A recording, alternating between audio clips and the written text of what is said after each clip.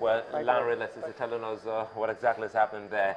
And for a moment, Nyota was trying to be, well, cheeky there, asking him about sleep. No one needs sleep now. We just want resorts. And the people are so anxious, irrespective of people in the United Kingdom, not United States especially, looking at the time difference, and those in China. And all over the world, they stay all up, irrespective of time differences between these two places and continents and countries. They just want to know what exactly has happened then. You will understand the importance of this. An 80-year-old, and of course, someone also sent a message saying, well, his great-grandfather is a centenarian, 101 years old, though he couldn't make it to vote. But he said he's been telling him how excited he is getting to witness this particular process. It is quite important for us, and it is a moment all Nigerians will cherish. And I did say earlier on that it is the most contentious election in Nigeria's history. And so far, it's been good, well, with pockets of ugly stories from across the country, Rivers, Akwa Ibom, a couple of other places. But we do hope. One important thing is that Nigeria's northeast region that almost everyone thought would have been the main, bitter taste of this particular election hasn't actually featured that much. So to a large extent, there's a big plus to the Nigerian security agencies, whom prior to this election have asked for extra time, coupled with that extra time being a blessing, so to speak, in disguise for INEC, getting ready and set for this particular election. They did a fantastic job so far. Well, the jury's out on that until we get the result. But for now, we're now being joined by Maliki Ugumadu, also our in-house election consultant on this, and we still have Captain Umar Aliyu with us here. And the views and comments are still coming in. For Maliki, well, good to see you here again. Did you envisage that we would have this amount of time, still talking about this election collation? By now we thought we would have been putting all the figures together in the center. Well, let me confess, I had sleep. I had my sleep and I'm back here. Happily so. Thank you, thank you. Now, I think that what is going on at the moment is the natural anxiety associated with such huge context involving the fate, the future, and perhaps the aspiration of the people of a huge country such as ours. Believe you me, I would think that INEC should be a lot more circumspect now, just so that all the efforts made so far, in addition to all the challenges encountered in this process, will be maximized for the actual expectation of the Nigerian people. The Constitution is also clear as regards when a contestant is deemed to have won the election. And that is the language of the law. I'm specifically referring to Section 134, subsection 1, 2, 3 of the 1999 Constitution as amended. It says a candidate who secures the highest vote, or rather a candidate is assumed or deemed to have won the election if he has secured the highest number of votes.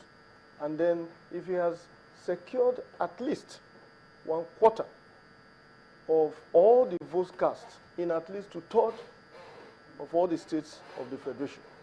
I would think, and I will advise, that INEC should zero in on that now. The reason is that if we are not very careful, the tendency to derail this process is already playing out. I did advise on my last appearance here that the situation in River State has also shown in other states should be properly contained. In other words, there was a need to contain what was happening in River State just so that it doesn't snowball into other states.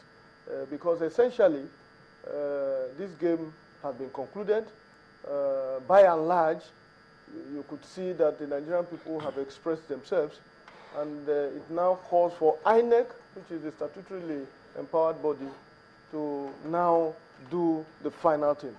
That will be the take. Okay, just before we go, let me just ask this question. You talked about the preparedness and the now. But let's look at the actions of some leaders in some states and the repercussions it's having. Before you came in, we were talking about the issues in Rivers State and Akwa Ibom.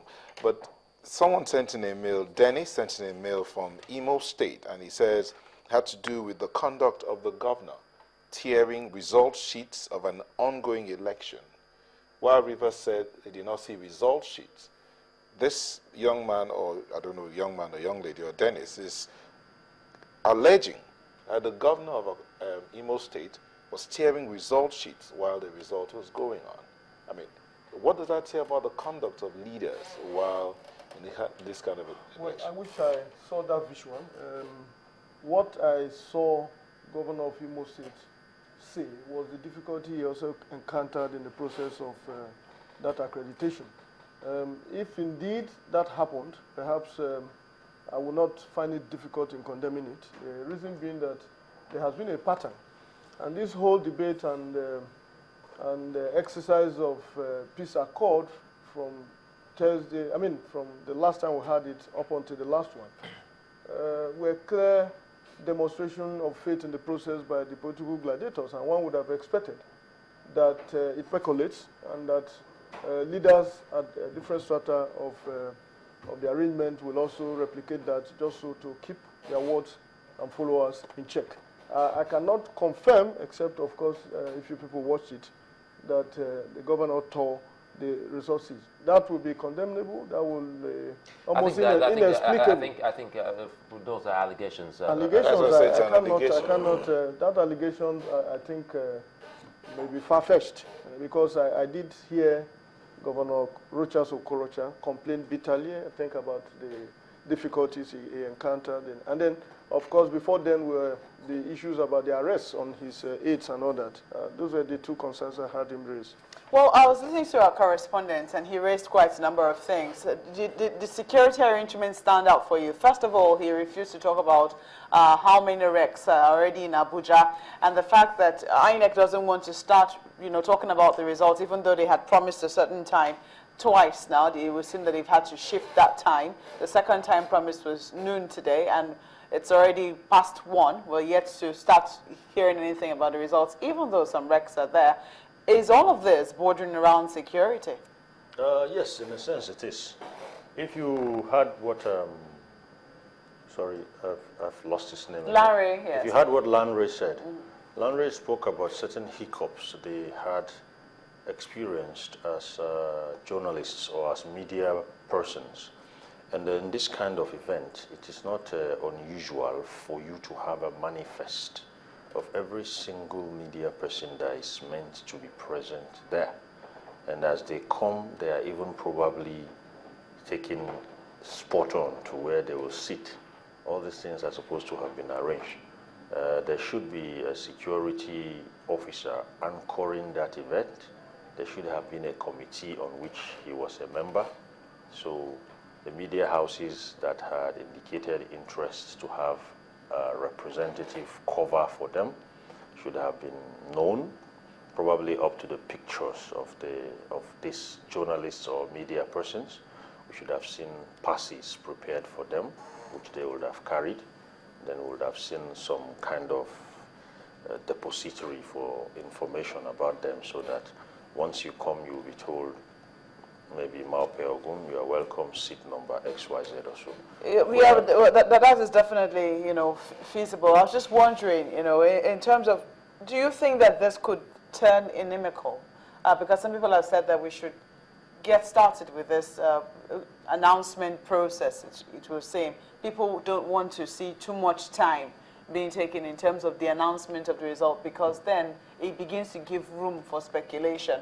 Yes. Or do you think that INEC is within its right as of now to say, you know what, let us get as many people as possible so that we don't have too many breaks? No, if they have exhausted the time they quoted as time to start, then every single minute they take beyond that time will definitely draw the ire and curiosity of people.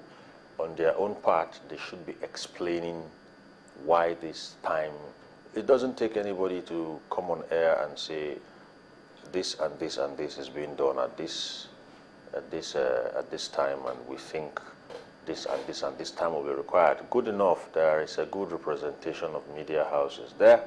A particular media house can have its practitioners, or I don't know what you call them, your cameramen. Well, anyway, our reporters. Properly, I'll come back to properly you quickly because for Yobe State, the resident electoral commissioner is on now. So let's hear what he's got to say to us.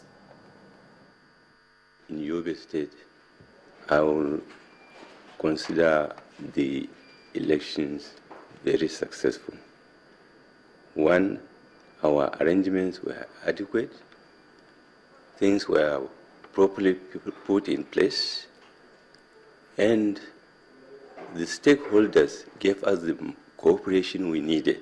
We have started receiving results, and the information I'm getting from my electoral officers, it has been a very successful outing.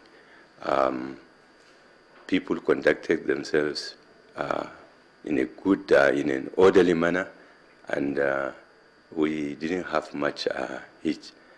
Those elections which we could not do on Saturday or conclude on Saturday were due to security challenges. But we thank God we were able to do it. So far, we have received the presidential results from 3 local governments, namely Bujuba, Damaturu, and Gulani. These are the 3 we have received. Earlier today, and I hope by now Yobe, with their results, should be in Abuja at the National Collation Center. Malaki, looking at what is happening now, earlier today we were trying to look at how we can avert more trouble now that results are being collated. Experience has shown that it is when we get to collation points, that is when we see fisticuffs, riots, people go rioters, and people fall into trouble. And we've been trying to see how we can avert and stem this ugly incident, which can also help us in the elections that we'll be having in about a fortnight from now. Well, there are no hard and fast rule about all of this. Indeed, what we have observed is that very clearly the umpire is expected to leverage on the willingness, the desire of the Nigerian people to have a smooth transition. I think that is a very huge opportunity that the umpire has. Now, the management of that regarding the effective and effectual conclusion of the exercise is what is expected to be done by INEC. I say this because the colonel has just given... Captain Production. Sorry, Captain. I think I wish you very well. Now, Captain retired has given a very key information that if INEC is unable to do what they have set out to do in terms of time frame, the least that is expected is to carry the people along. For instance, we had Jega give about 12 noon as a deadline when this thing will commence. And I think it's about 2 now or thereabout. It's approaching 2 o'clock. Before